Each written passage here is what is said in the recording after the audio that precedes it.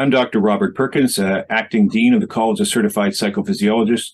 Thank you for watching this video. This video is another segment in a series of videos which is addressing lies that were printed in the media, either regarding the College of Certified Psychophysiologists or myself. And specifically today, we're going to be talking about an individual by the name of Alan Ezell, who was quoted in a national news article on September the 8th. The news article was called "Education Fraud Experts Raise Alarm About Calgary Police Ties to Unaccredited College That Uses Anaheim Postal Box in a Strip Mall." And this particular article was about the College of Certified Psychophysiologists and myself.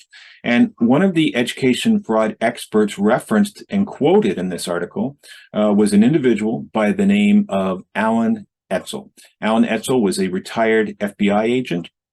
Actually, his name is Otho Ezell, but in the article, he was quoted as saying the following about the College of Certified Psychophysiologists in this article. Number one, I would not trust it. I wouldn't give its diploma any credibility whatsoever. It has no academic value, he said of the college. Two, he said, to me, it's a fraud. It's a scam. It's a mirage. It's not real. And thirdly, and the college has all the markings of a degree mill. Well, today I'm going to address those statements as well as the person who made them and expose them, again, to be a lie. Now, the problem with these articles is that they created a narrative to the general public that our school was a diploma mill. And this was done by using the most famous expert in the United States on diploma mills, and that is retired FBI agent Alan Ezell. And he was the most famous person because he ran what was called Operation Dip Scam, which was a series of separate investigations run by the FBI between 1980 and 1991. But before we get into that, let's listen to Alan Ezell give his definition for what a diploma mill actually is. Washington Journal continues. We're joined by Alan Ezell. He handled for the FBI for a period of 10 years, looking at the world of diploma mills. And for the sake of our conversation, what is a diploma mill? The definition that we adopted, the FBI, which was the definition that the U.S. Department of Education gave, is as follows. An organization that awards degrees without requiring its students to meet educational standards for such degrees. It either receives fees from its so-called students on the basis of fraudulent misrepresentation, or it makes it possible for the recipients of its degrees to in turn defraud third parties. Bottom line, it's a criminal enterprise that sells a degree without regard to educational merit. So I pay money and in turn I get a degree back? Is that simple? That is correct. Now, shortly after this story came out, representing the College of Certified Psychophysiologists, I gave a public statement addressing what he has said. So let's have a look and listen to that right now. The College of Certified Psychophysiologists was labeled in this article as a diploma mill. A diploma mill is illegal. A diploma mill works like this. Diploma, degree, PhD, $2,000, click here. A person clicks, they pay, and their degree is sent to them. At the College of Certified Psychophysiologists, first of all, we're not open to admissions to the general public. The only way students can enroll in our institution is they have to be members of the North American Board of Certified Psychophysiologists. The membership application is over 35 pages long. And in this application, it's going to measure all types of things in regards to their identity, to their past work experience, and all of their academics. Their integrity, whether or not they've ever been removed from a previous organization or have a criminal offense. And after that 35-page application is complete, it is submitted for review. When it is reviewed, they are granted something called a license qualifying, which allows them to enter membership in this professional organization. And it also allows them to be able to be admitted to the College of Certified Psychophysiologists. Let me tell you what happens to someone that enters into our degree program. After they've been vetted as being a potential applicant, they will take extensive coursework in the field of psychophysiology, in the field of human behavioral biology, not taught by us. It's a collected work of established, well-known experts from around the world to public access lectures and videos to which they are tested and quizzed to make sure that they retain the knowledge. They also study extensive programs in the body's anatomy and physiology. And when they complete all of this coursework, if they're in a master's or in a PhD program, which is also in the subject of this article, they are required to complete an extensive thesis or dissertation.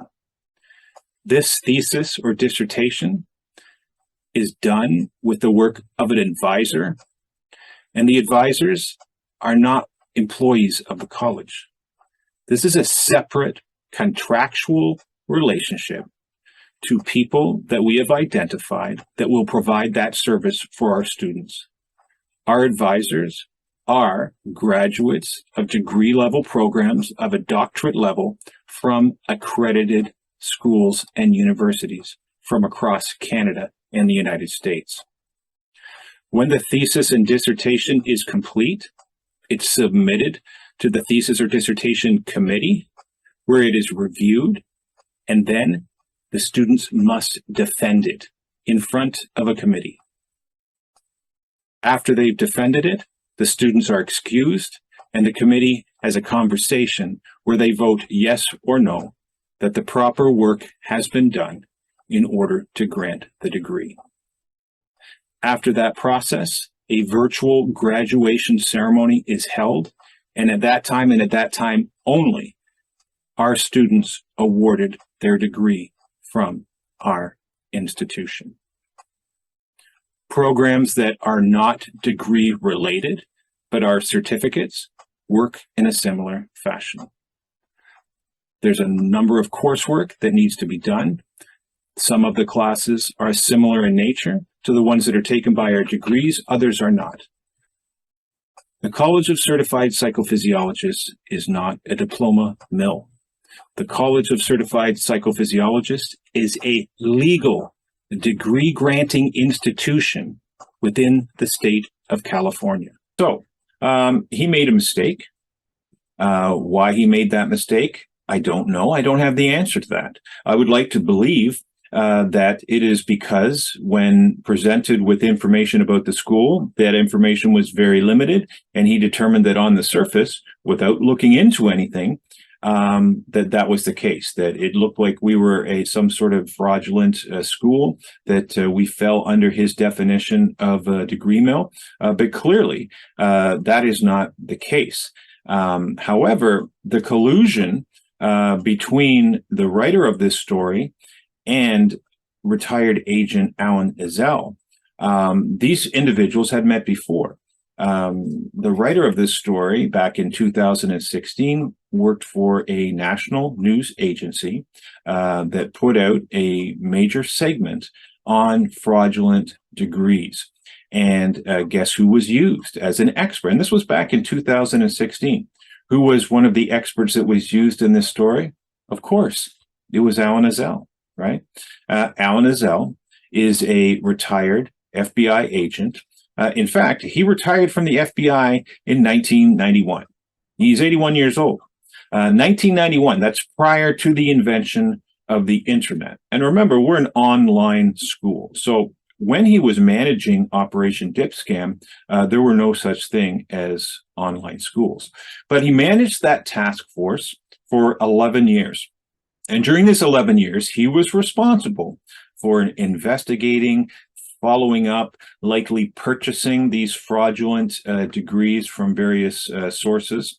And back then, there was no internet. So how did that type of investigation go? Well, probably it was really only limited to paper advertising, likely in magazines. So that would involve looking at an ad for a degree that appeared to be possibly a diploma mill. If there was a telephone number, they would likely call up and ask for follow-up information. I think it's unlikely that these degree mills would put their telephone number in there. They likely had addresses, and so he would likely have to write a letter, put a stamp on it, send it in the mail, and wait back for material, and go through the motions of actually purchasing a degree or purporting to purchase a degree, and see what they were willing to sort of offer. And then once they had enough evidence that the crime had been committed, they would arrest these people, and that they would prosecute them to the fullest extent of the law, and thereby shutting down these fraudulent criminal enterprises. So 11 years, 1980 to 1991.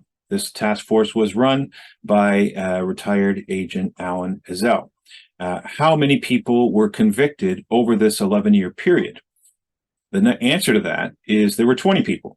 20 people that were actually convicted. So that works out to about 1.818 persons a year as a result of this task force that he led. Over the 11 years, 1.818 people were convicted of this.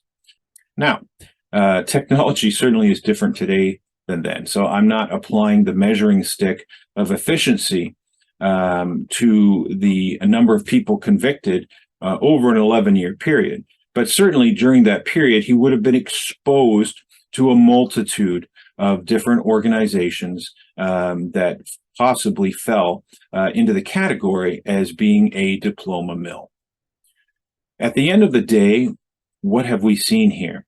We've seen a news agency write a story that purported these were the facts. They weren't the facts. They were everything but the facts. So, as you can see, again, in this particular case, the words that were written in that article, which were actually referenced by someone who is an expert in a nationally known expert in their field, were printed in that article. It was not true. But the average person doesn't know it wasn't true. The average person would have read that and believed it, but it's not true. And it contributed to a much bigger narrative. The narrative had nothing to do with education. The narrative had nothing to do with me. It was a politically motivated agenda which had a single purpose. Our school and myself were collateral damage as a result of it.